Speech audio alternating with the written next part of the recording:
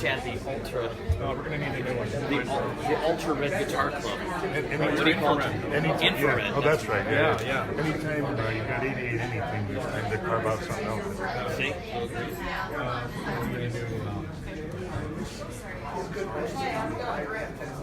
What's up? I'm Phoebe.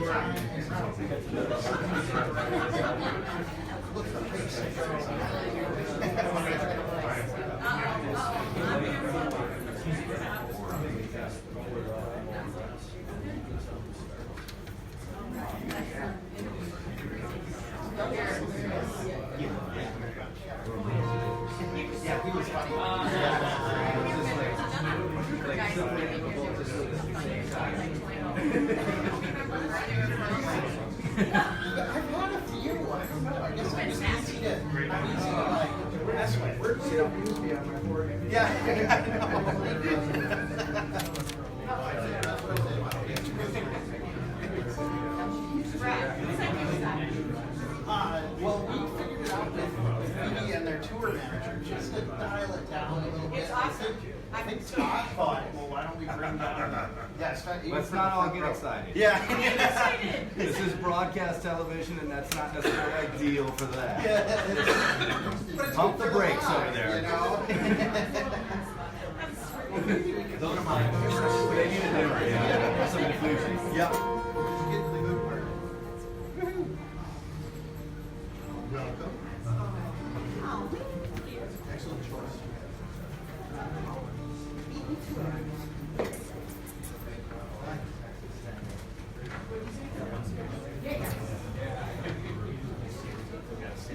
Is that seat? Yeah. Yours for you.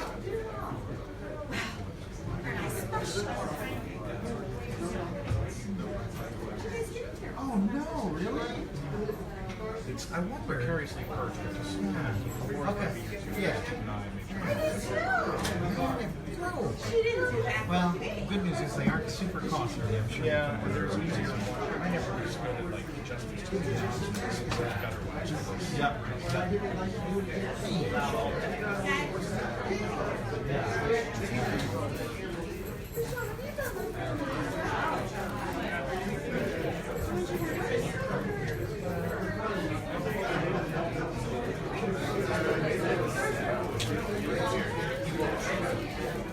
Garrett?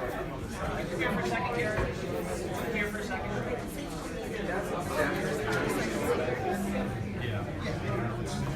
No, pardon me. No, excuse me.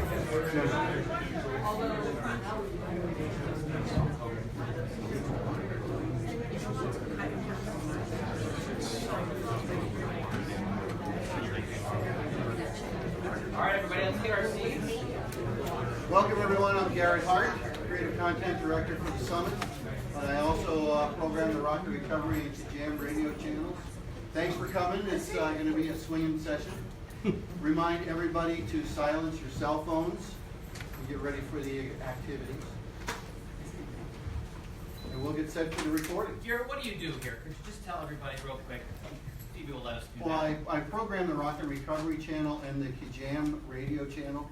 I also program the Rock and Recovery show that we do every night from 10 p.m. to 1 a.m. And in that process, I develop music and messaging for folks in recovery from addiction and trauma and mental health disruptions for their families and friends as well. It's a 24/7 online stream, as well as the 3-hour nightly show that airs in Akron and in Youngstown.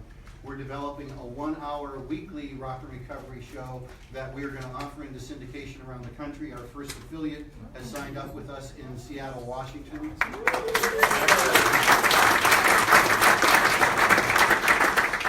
And we're also offering our recovery minutes. And if you ever heard the show or the channel, you know what those little features are. We're going to offer those as public service announcements to radio stations in Northeast Ohio. So that's a lot of what I do, and because of the summit, I've had the opportunity to develop these programs and features, and I can tell you that could not ever have happened in my career in commercial radio. It's what happens with community-supported public radio that makes projects like Rock and Recovery and Kijam happens, and that's your support. So thank you very much.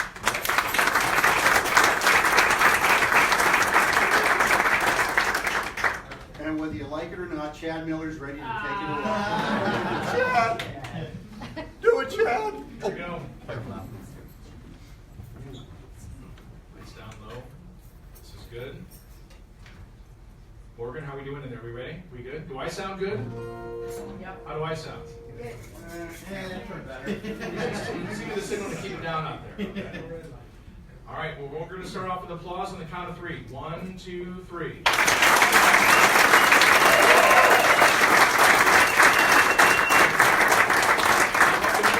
Another Audio Technica Studio C session here at the Summit on a busy weekend for such activities here for our Summit members. This is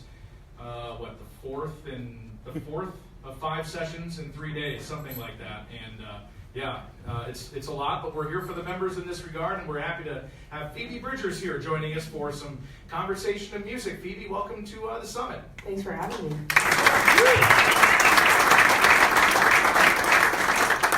Phoebe Bridgers is, who do you have up your to your left, by the way? Who do you have up here helping you?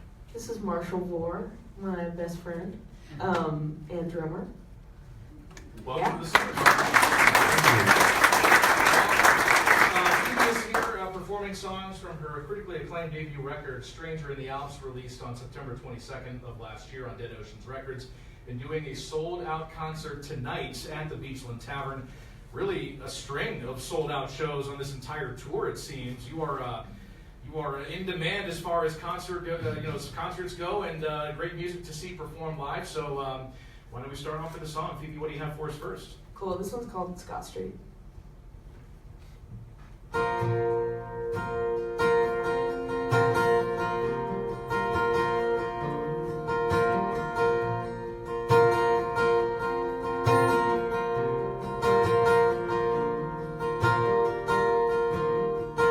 Walking Scott Street, feeling like a stranger,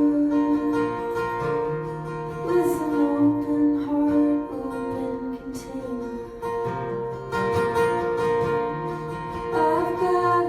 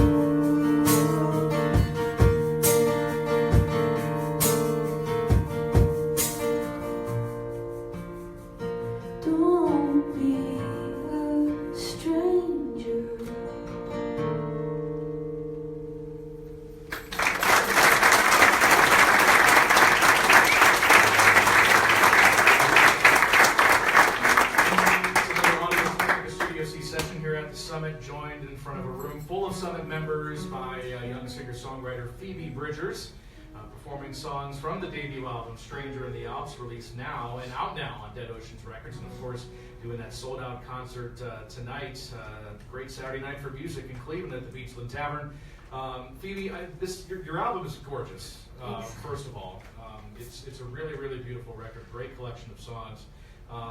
It's a quiet and introspective album, and I love the first line in your bio that I read, and it's a direct quote, I believe, from you, where it says, "Don't let the somber tone of her music fool you. The Los Angeles-based singer-songwriter Phoebe Bridgers, quote, has a sunny disposition."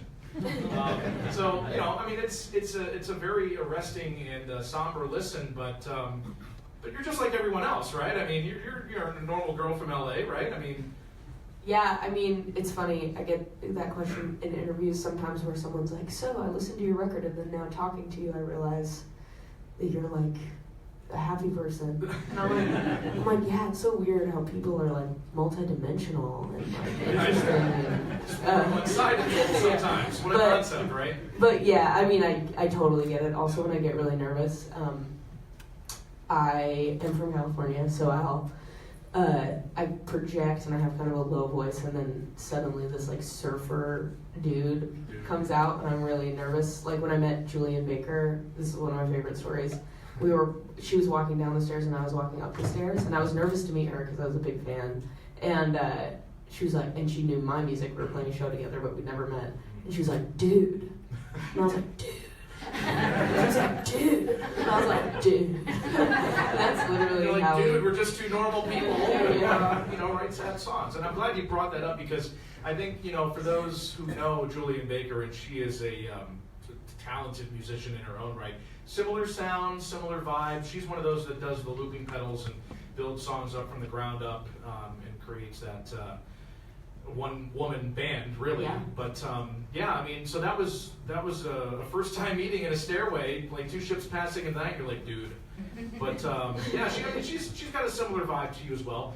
But you did do some brief touring with her. I did, yeah. She's one of my favorites. Yeah, I can honestly see that, actually. Mm-hmm. She is pretty fantastic in her own right. So you mentioned you were from Los Angeles. What song growing up made you want to pick up a guitar and start to do this? I remember in like 6th grade listening to These Days by Jackson Browne, the For Every Man version. Yeah. I like the Nico version too a lot, but just something about his, like the timbre of his voice and the song just like totally destroyed me. And he wasn't that much older than me at the time when he wrote it, which made me feel like I could do it. Yeah. So yeah, probably I'd have to say that. So yeah, I mean, and that's an interesting perspective too, when you consider that you are almost the same age as that artist at the time, even though this was recorded, long ago. Yeah. That's an interesting way to look at that, I guess. Mm-hmm. But what are some of your other influences? I mean, you grew up listening to wild and crazy rock and roll, and James Taylor, introspective singer-songwriters equally. I mean, yes. I was in a punk band called Sloppy Jane. Don't look it up; it's not safe for work. Like they're still a band. They live in Brooklyn now, and they've gotten a lot more extreme. And it's basically like performance art or something. It's insane. And then yeah, I was like obsessed with Elliott Smith. Yeah, I can see that too. Yeah. So yeah, my music taste was pretty all over the place. And that's a good thing, drawing from many different directions and influences. Well, I have to ask you about this. One of the most striking songs on this new record of yours, this debut album, Stranger in the Alps, is sort of based on a real-life story. The song is called Funeral, and just listening to it, it's one of those that just stops you dead in your tracks, and you're just... It's what I love about your songwriting, the storytelling aspect. All these vivid images come into mind. If you wouldn't mind, tell us the story about that song, Funeral. Yeah, I mean, it's funny because I'm about to play it, and it's pretty much exactly what it sounds like it is. But yeah, I was asked to sing at a funeral at a time where I was really, it was just, yeah, I'd like just moved out of my parents' house and was, like not really eating or going outside. just really, really depressed. So it was a really weird parallel to be like practicing for this, funeral. Not in the right headspace, I'm sure. Yeah, weirdly, it was like the only thing that got me out of the house. How long ago was this, by the way? Like 3 years ago now, or 4 years ago. Wow. But yeah, it was just a time that like really hit me in a weird way. Yeah. So yeah, I started writing the song, and then I kind of sat on it for a long time, the little melodies and stuff, and then actually Marshall and my guitar player Harrison, and then Ryan Adams actually tried to help me finish it, but he came up with the stupidest verse. He not to be mean, but he literally just like made something up, and I was like, everything else in the song actually happened, so I'm not gonna use that. But yeah, I had my friends help me, and he actually did help with like the melody part. That I'm glad. Well, I heard that you were literally starting to write this at like 2 a.m. The night before. Yeah, like I almost finished the whole song, except for like the end, and maybe I added one verse later. But then I just sat on it because it was like really intense, and like, I don't know, when my album came out, my mom was like, "Are you okay?" Yeah. Fine, Mom, thanks. Yeah, totally. Well, why don't we hear that song? It's a beautiful tune from the new record, Stranger in the Alps. Phoebe Bridgers joining us here live in Studio C.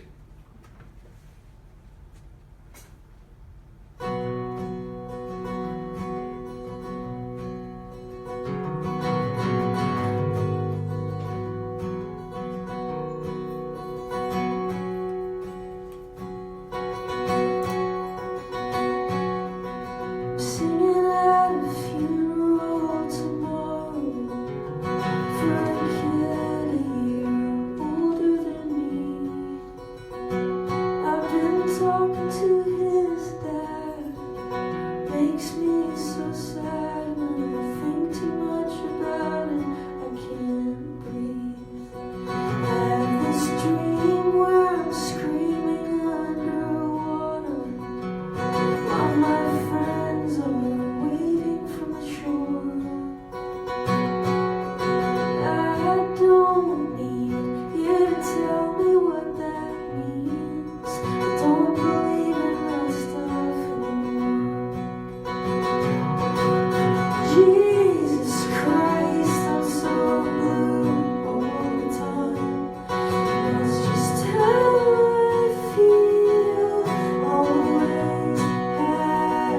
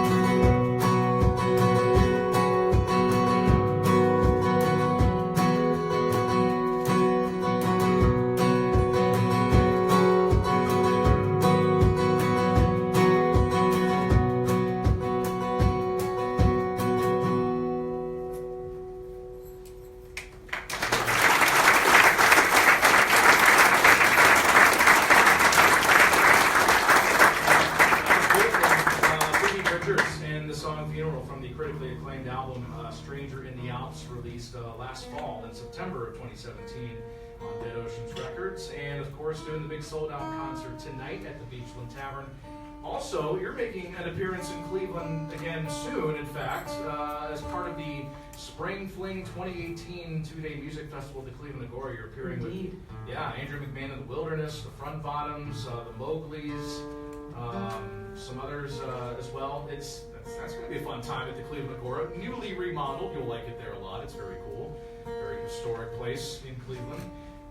So yeah, we have you here playing songs and sharing some stories here from the new record and from your travels thus far. You mentioned that you were from Pasadena, California. You said that you went to school out there. You studied vocal jazz, I think. Is that right? So LA is giant, and I grew up in Pasadena, and then I went to school in downtown, which is like a 45-minute commute. Yeah. And yeah, I did. It's like an arts high school. Yeah. We got some celebs that went there, some people on SNL. Josh Groban, which is my favorite because he's really nice. Name dropping in here. I know, totally. But yeah, a lot of people went to LACHSA, which is the school, and I did my first year opera, which was interesting, and vocal jazz, and then second year vocal jazz, and then 2 years of music technology, which is just learning how to engineer. Yeah. Also gospel. Wow. Did gospel choir every year. So you could do a different genre for each of your upcoming records. The opera sounds and the gospel stylings of young Phoebe That'd be Bridgers. hilarious. My gospel teacher hated me. She was like, because I used to like shave my head and dye my hair pink and stuff, and she was like, That's not very gospel-y. yeah, she was like, what color is your hair going to be for the show? I'm like, I don't know. Yeah, pretty funny. Well, it's funny though because you were a troublemaker in school, basically.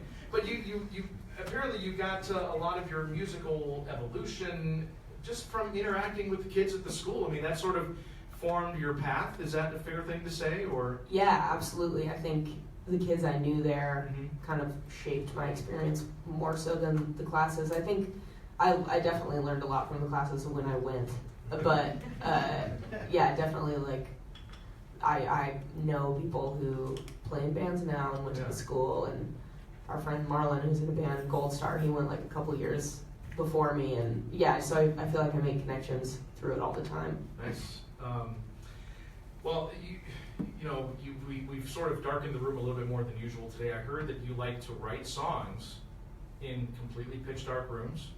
First of all, how can you see? Number two, what causes you, I'm sure that you have to get in some sort of mindset, or to borrow a sports analogy, get your game face on to get in that headspace to be in the moment to write some of these songs, right? I mean, well, I have done that. I have written in the dark. I like writing on walks. Sometimes I take walks in LA at night. But I think that is from when I recorded my album. The producer Tony would turn off all the lights when I would record vocals, which is actually like it's something that I'll implement a lot now. It's so cool, and even if there are people in the other room by the console, you can't see them. So I hate being stared at, like when I'm like trying to, because recording is so different than playing live. Like playing live, I feel like is an interaction, and recording is like you're so self-conscious of every little thing that your voice does. So it's hard to have people who like know what you're trying to accomplish watch you. Right. So yeah, it's so nice, and I actually went back and recorded with him recently for something, and his name's Tony Berg. He's an amazing, legendary producer, and he maybe did that like half the time. I feel like he got into it or knew that I liked it like halfway into the recording process, but the other half the time we were just recording like anybody else, and then I went in, and then the first thing he did is turn off the lights, and I was like, "You've been reading my interviews, you know that I like that." He knows. Yeah. Well, we're going to hear another song from you here briefly, but I wanted to ask you about it. This next song you're about to play kind of has the vibe of sounding like, and everyone's going to laugh in the room because they know I'm a fan of this, but you are too. And this song, I don't know, the atmosphere of it sounds like something that would appear on the show Twin Peaks, for example. You consciously try to write in the vibe of Angelo Badalamenti, who does the score for the show. I mean, the guitar parts in there are kind of reminiscent of that. Yeah, I think the guitar part was really what set it off. I sat on the song for a really long time too, and I didn't really know what it was. Mm-hmm. And the first time I played it all the way through was when I recorded it. Yeah. I didn't like it, and I would play it halfway through and be like, it's dumb. I'm not gonna. So then Tony, the producer, made me play it all the way through. We recorded it, and then he just laid the baritone guitar over it. Yeah. And it was just apparent, obvious apparently, wow, Obviously apparent yes. that that's what we were doing. Yeah. And so yeah, then we kind of just like went with that really hard, and I have this little OP1 synthesizer thing that has some really cool, like almost tape sort of sounds, even though it's not tape. Yeah, so we just kind of like went for it. So it's your ode to the log lady, we'll say. Exactly. Okay. I actually want to be the log lady for Halloween. Don't we all? Don't we all? So you've changed your mind enough on this song that it's the first song on the new album, the debut record, Stranger in the Alps. So why don't we hear that one? Phoebe Bridgers with Smoke Signals, right? Yep.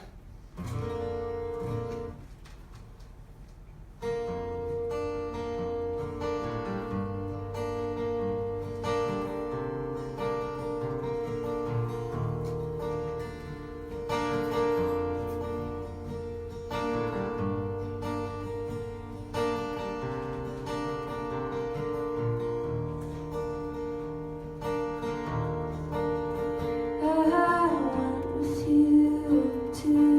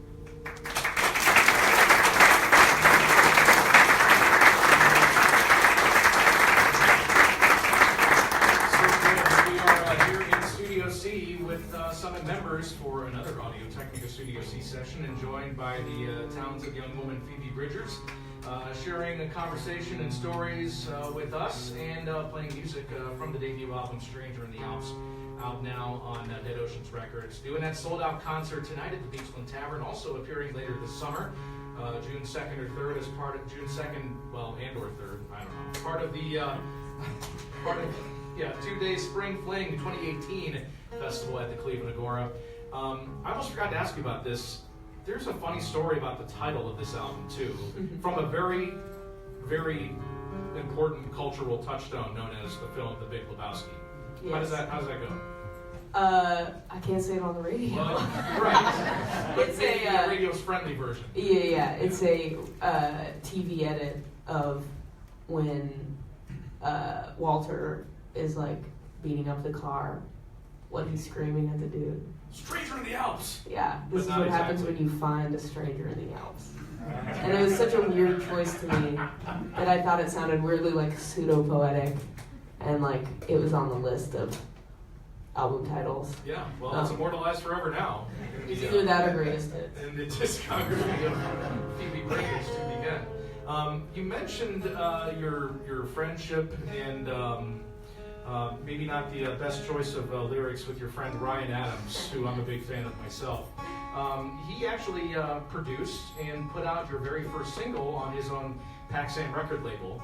Yeah. What single was that? It was a song called Killer. okay. Yeah, and Which made its way to the debut album then. Yeah. Yeah. I actually learned something from that experience that I take with me a lot, which is I was like, I had just met the guy who would end up producing my full-length album too, and I was like, well, I don't want to put my best songs on this little 7-inch. Yeah. You know, Ryan printed like 500 copies or something. Something for the serious collector. Yeah,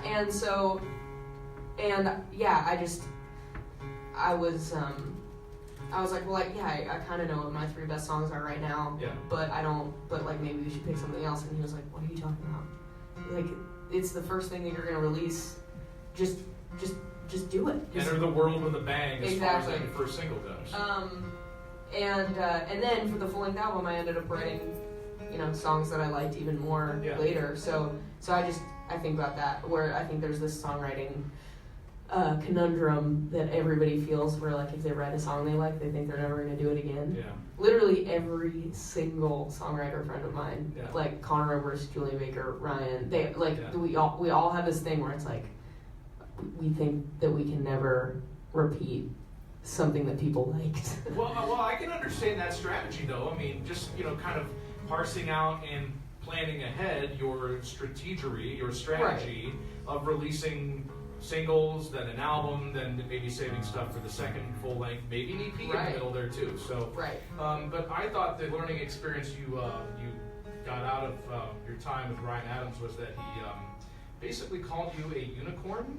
He did call me a unicorn. What do you take away from that, and how do you internalize such a compliment like that when he calls you a unicorn? I think it's awesome. I never really know what he's saying, but he has a very interesting way with words. So. Oh, he does. Yeah.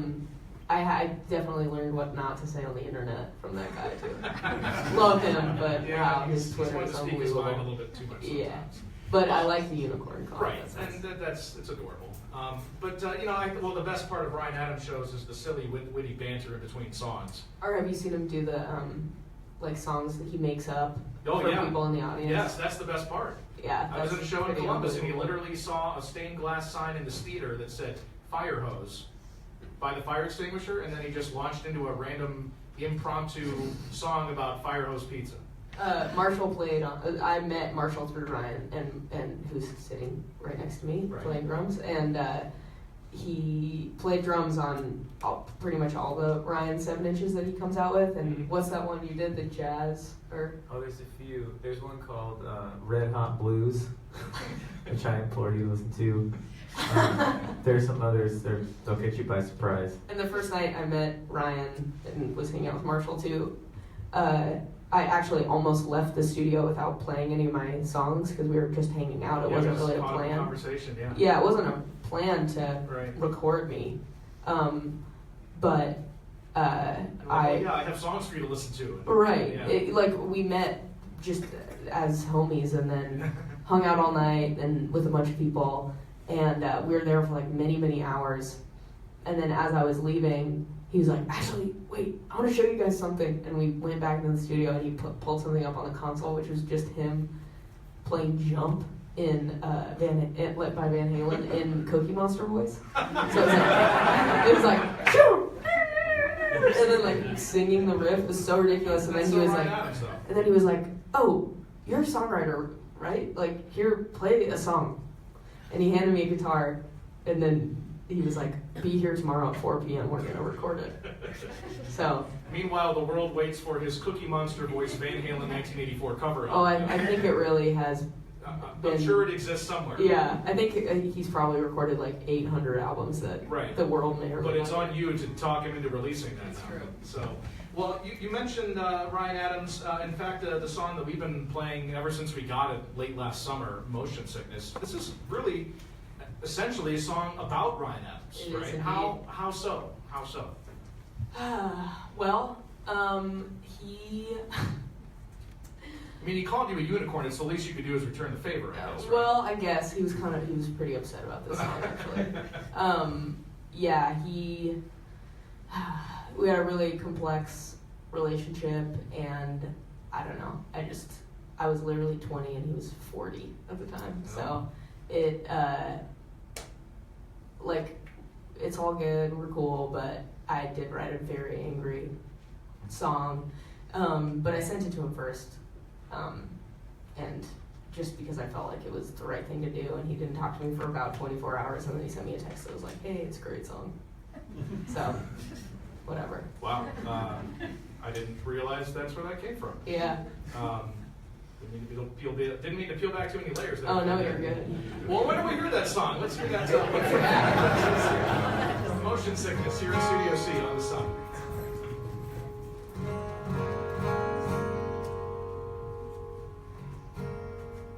Yeah, you guys are about to learn a lot about me. Here we go.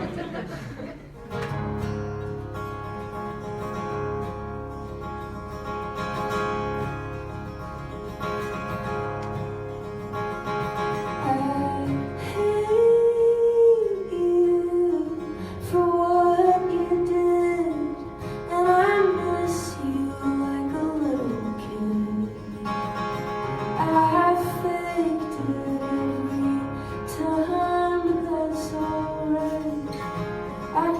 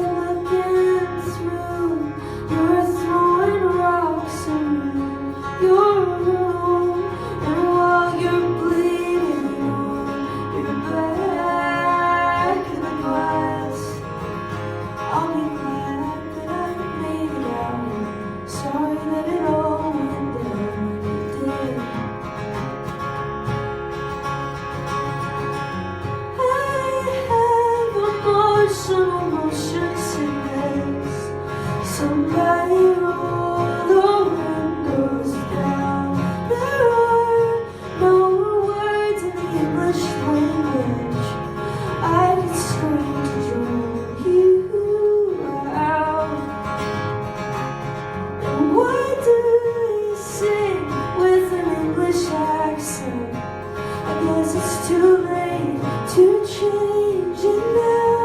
You know I'm never gonna let you have it. I will try to drown you out.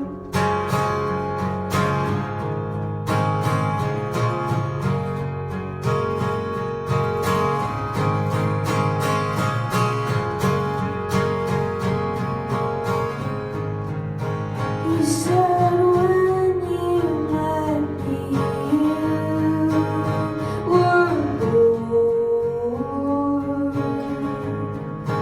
You said when you met me that you were born, and you were in a band when I was born.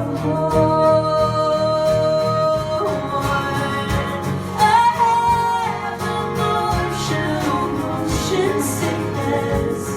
I try to stay clean and live without. And I wanna know what would happen if I surrendered to the sound. Surrender to the sound.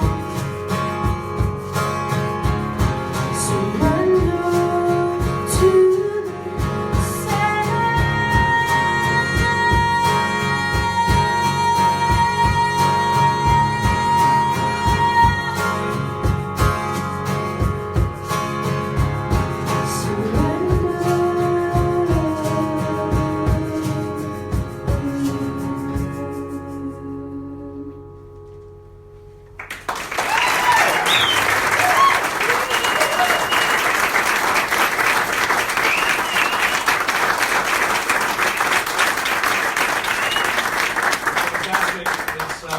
Wow, that was great. Phoebe Bridgers joining us here for an Audio Technica Studio C session. Our second one today, and playing songs from the debut album Stranger in the Alps, a great record released last September on Dead Oceans Records, doing that sold-out concert tonight at the Beachland Tavern 2. Again, one of many sold-out shows that have been going on past, present, and future on this tour. It's a great record. Dude, so happy to talk to you. Thanks for being here. Best of luck on the rest of this tour. Into the future, thank you very much for being here, Phoebe Bridgers, once again.